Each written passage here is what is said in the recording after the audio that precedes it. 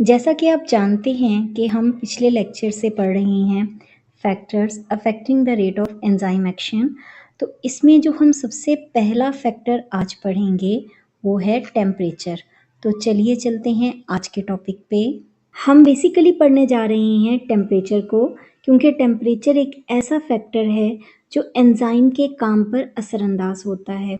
लेकिन इससे पहले कि हम इस टॉपिक की डिटेल में जाएं, कुछ चीज़ें हम पहले से ज़हन नशीन कर लेते हैं।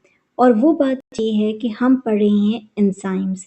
अब ये जो एंजाइम्स होते हैं ना, याद रखिएगा, ये प्रोटीन्स हैं, ठीक है। अब प्रोटीन्स हैं और ये ग्लोबुलर प्रोटीन्स हैं और इनकी एक ख़ास शक्ल होती है। अच्छा, वो शक्ल कैसे बनती है? होता ये है कि प्रोटीन बनाने के लिए सबसे पहले पॉलीपेप्टाइड चेन्स बनती हैं, ठीक है।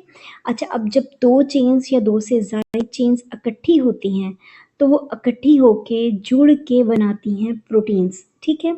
अब होता ये है कि जब ये पॉलीपेप्टाइड चेन्स आपस में जुड़ के प्रोटीन बनाती हैं, तो इनके बीच में बॉन्डिंग होती है, ठीक है।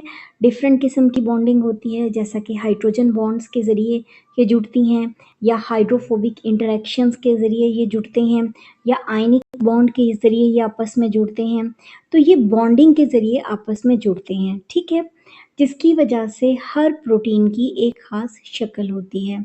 अब जो हमारे एंजाइम्स हैं वो as a protein globular proteins हैं, तो उनके यहाँ भी पॉलीपेप्टाइड चेन्स हैं और वो आपस में इन्हीं बॉन्ड्स के ज़रिए, यानी कि हाइड्रोजन बॉन्ड, हाइड्रोफोबिक इंटरैक्शन, इनके ज़रिए आपस में जुड़े हुए हैं। इसकी वजह से प्रोटीन की भी एक ख़ास किस्म की शक्ल जो है वो बनती है। एंजाइम की जो प्रोटीन्स हैं वो भी यही बॉन्ड्स जो हैं वो कंटेन करती हैं, जिसकी वजह से उनकी एक ख़ास शक्ल बनती है। अब ये जो बॉन्ड्स हैं ये बहुत ज़्यादा सेंसिटिव होते हैं टेम्परेचर के लिए। अगर टेम्परेचर ज़रा सा भी इनकी रिक्वायर्ड अमाउंट से ऊपर या नीचे जाता है, तो फिर इनका एक रिएक्शन सामने आता है इन बॉन्ड्स का, ठीक है। ये डिस्टर्ब हो सकते हैं या ये ख़राब हो सकते हैं, ब्रेक हो सकते हैं।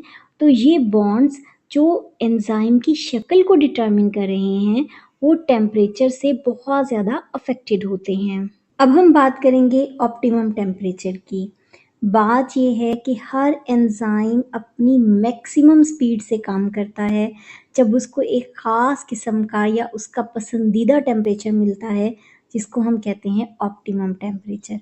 अगर हम दूसरे लफ्ज़ों में कहें तो वो टेम्परेचर जिस पर कोई भी एंजाइम फुल स्पीड से काम करता है, मैक्सिमम स्पीड से काम करता है, उसको हम ऑप्टिमम टेम्परेचर कहते हैं। बात ये है कि इंसानी बॉडी में जितने भी एंजाइम्स हैं, उनका जो आप समझ लें ऑप्टिमम टेम्परेचर है, या आप समझ लें कि रिक्वायर्ड टेम्परेचर है, वो 37 डिग्री सेल्सियस है। जब ये ऑप्टिमम टेम्परेचर ह्यूमन एंजाइम्स को मिलता है, तो ये बड़े ज़बरदस्त तरीके से मैक्सिमम स्पीड से अपना काम जो है वो परफॉर्म करते हैं। अब हम बात करने जा रहे हैं कि टेम्परेचर किस तरह से एंजाइम के काम पर असरअंदाज होता है। लेकिन इससे पहले कि हम इस टॉपिक की मज़ीद डिटेल में जाएँ, कुछ चीज़ें मैं आपको पहले से क्लियर करती हूँ। वो ये है कि एंजाइम्स जो होते हैं ना, इनका काम होता है केमिकल रिएक्शंस को स्पीड अप करना, ठीक है। अच्छा, वो स्पीड अप कैसे करते हैं? होता ये है कि केमिकल रिएक्शन करते हुए उनके अंदर कुछ चेंजेस आती हैं, ठीक है। यानी कि वो फ्लेक्सिबल होते हैं, वो फ्लेक्सिबिलिटी का मुज़ाहिरा करते हैं, उनमें मॉडिफिकेशंस होती हैं या चेंजेस होती हैं, जिसकी वजह से वो केमिकल रिएक्शन को स्पीड अप कर पाते हैं। लेकिन होता क्या है? होता ये है कि अगर टेम्परेचर उनके ऑप्टिमम टेम्परेचर या रिक्वायर्ड क्वांटिटी से बहुत कम हो जाए, तो फिर एंजाइम के अंदर जो बॉन्ड्स होते हैं वो किसी भी किस्म की फ्लेक्सिबिलिटी का मुजाहरा नहीं करते, बल्कि एंजाइम जो होते हैं वो रिजिड हो जाते हैं। लेकिन बात ये है कि एंजाइम के काम के लिए बहुत ज़्यादा ज़रूरी है कि एक्टिव साइट के अंदर तब्दीली हो, और जब ये तब्दीली होगी तभी एंजाइम काम करेगा। लेकिन जब टेम्परेचर बहुत कम होता है तो एक्टिव साइट किसी किस्म की चेंजेस पैदा नहीं कर पाती है, उसी रिजिडिटी की वजह से, जिसकी वजह से एंजाइम का काम बहुत ज़्यादा मुतासिर होता है और काम की रफ्तार इंतहाई ज़्यादा स्लो हो जाती है। अब अगर हम दूसरी कंडीशन का ज़िक्र करें, यानी कि हम टेम्परेचर को बढ़ा दें या रेज़ कर दें। तो अगर हम टेम्परेचर को एक ख़ास हद तक बढ़ाते हैं या सर्टेन लिमिट तक बढ़ाते हैं, तो उसकी वजह से एक बहुत बेहतरीन पॉज़िटिव असर जो है वो पैदा होता है। क्योंकि जब हम टेम्परेचर को बढ़ाते हैं तो उससे हीट या गर्मी पैदा होती है और वो जो हीट है वो फिर एक्टिवेशन एनर्जी का भी सबब बन जाती है, ठीक है? जब जो रिएक्शन है उसको ज़्यादा एक्टिवेशन एनर्जी मिल जाती है तो डेफ़िनेटली रिएक्शन भी बहुत तेज़ी से बढ़ जाता है या एक्सेलरेट हो जाता है। देखिए जो हीट होती है ना, एक तो उसका फ़ायदा ये होता है कि जो रिएक्शन है उसमें एक्टिवेशन एनर्जी का वो सबब बन जाता है, ठीक है? दूसरा ये होता है कि वो जो मॉलिक्यूल्स होते हैं, उनके अंदर काइनेटिक एनर्जी पैदा कर देता है, यानी कि उनके अंदर मूवमेंट पैदा कर देता है और वो मॉलिक्यूल्स जो रिएक्शन के अंदर होते हैं, वो तेज़ी से मूव करने लग जाते हैं, ठीक है? अब चाहे वो मॉलिक्यूल सबस्ट्रेट के हैं या एंजाइम के हैं, वो तेज़ी से मूव करते हैं, ठीक है? रैपिडली यानी कि तेज़ी से मूव करते हैं। देखिए फॉर एग्ज़ाम्पल आपके पास एक कंटेनर है, ठीक है? और एक कंटेनर में आपके पास 2 किस्म के मॉलिक्यूल्स हैं। एक सबस्ट्रेट के मॉलिक्यूल्स हैं, ठीक है? अब ये जो ब्लू कलर के हैं सपोज़ ये हमारे पास सबस्ट्रेट के मॉलिक्यूल्स हैं और ये पिंक कलर के जो मॉलिक्यूल्स हैं ये हमारे पास एंजाइम के मॉलिक्यूल्स हैं। अब जब ये मॉलिक्यूल्स तेज़ी से मूव करते हैं, ठीक है? बहुत रैपिडली जब ये तेज़ी से मूव करना शुरू करते हैं एक पर्टिकुलर जगह पर या आप समझे एक कंटेनर में, तो इनके कोलाइड होने के या आपस में टकराने के चांसेस बहुत ज़्यादा हो जाते हैं। जब वो आपस में टकराते हैं तो पुराने बॉन्ड टूटते हैं, नए बॉन्ड तेज़ी से बनते हैं, जिसकी वजह से जो रेट ऑफ रिएक्शन है वो बहुत ज़्यादा बढ़ जाता है। अब हम बात करते हैं अगली कंडीशन की। अगर फॉर एग्ज़ाम्पल टेम्परेचर हम बहुत ज़्यादा बढ़ा दें, यानी कि ऑप्टिमम टेम्परेचर से भी ज़्यादा टेम्परेचर जो है वो बढ़ जाए, तो देखते हैं कि क्या होता है।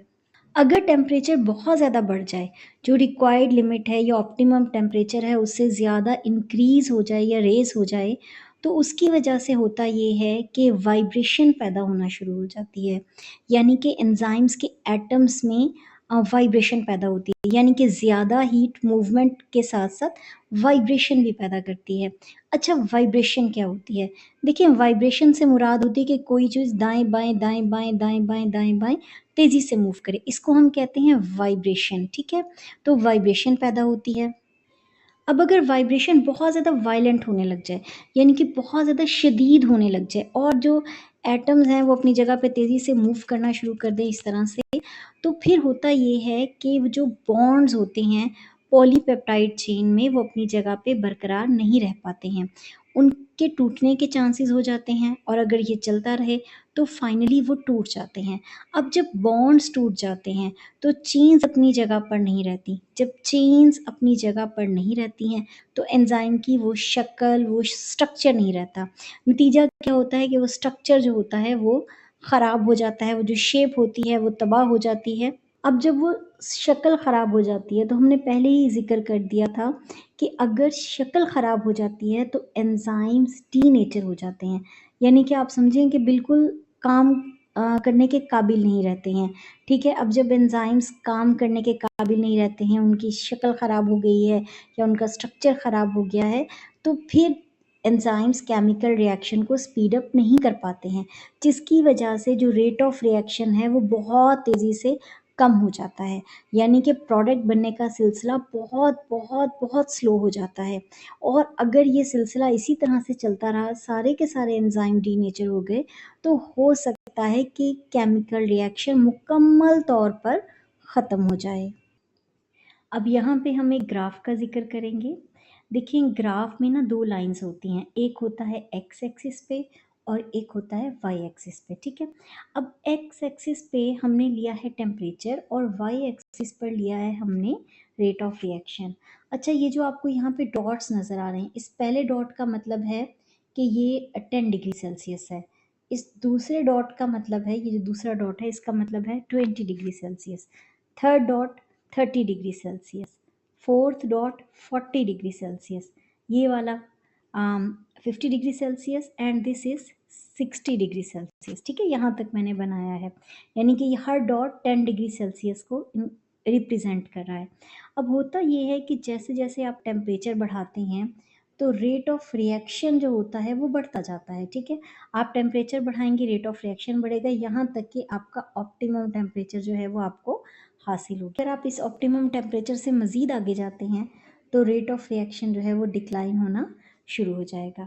तो कहने का मकसद ये है कि रेट ऑफ रिएक्शन इंक्रीज़ होता है अगर आप ऑप्टिमम टेम्परेचर तक जाते हैं। और अगर आप यहाँ पे देखें तो ये राउंड अबाउट 37 डिग्री सेल्सियस का टेम्परेचर मैंने दिखाया है, क्योंकि ह्यूमन बॉडी में एंजाइम्स 37 डिग्री सेल्सियस को ऑप्टिमम टेम्परेचर मानते हैं, ठीक है?